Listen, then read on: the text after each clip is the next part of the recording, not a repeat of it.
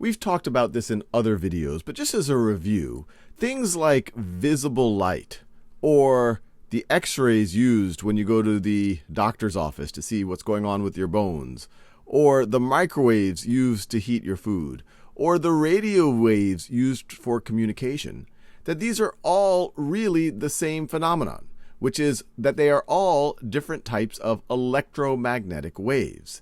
And the main difference between them is their wavelength or their frequencies. We know that the longer the wavelength, the lower the frequency, and the shorter the wavelength, the higher the frequency. Now, what's also interesting about electromagnetic waves is that everything in the universe that has any temperature at all, which is most things in the universe, will emit electromagnetic waves. You might look at yourself right now and say, wait, am I emitting electromagnetic waves? Well, you're probably not emitting visible waves. You're reflecting visible waves. That's why you can see your hand. But your body is emitting infrared waves.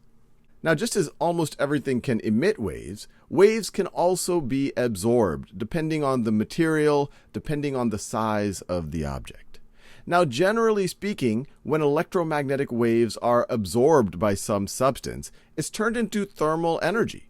You can experience that. Go outside on a sunny day, wear a black shirt, and a black shirt is not reflecting much visible light, and so it's all being absorbed, or most of it is being absorbed, and it gets converted to heat. You will get much hotter than a friend who is wearing a white t-shirt.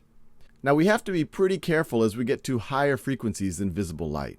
Ultraviolet light, that's what's causing sunburn. And the risks only increase as you get to higher frequencies like X-rays and gamma rays. What these really high-frequency electromagnetic waves can do is knock out electrons from atoms, which would ionize them, which would change their chemical properties. That could affect DNA. It could affect other cell tissue. And so that's why it could cause cancer or just even kill cells if they get strong enough.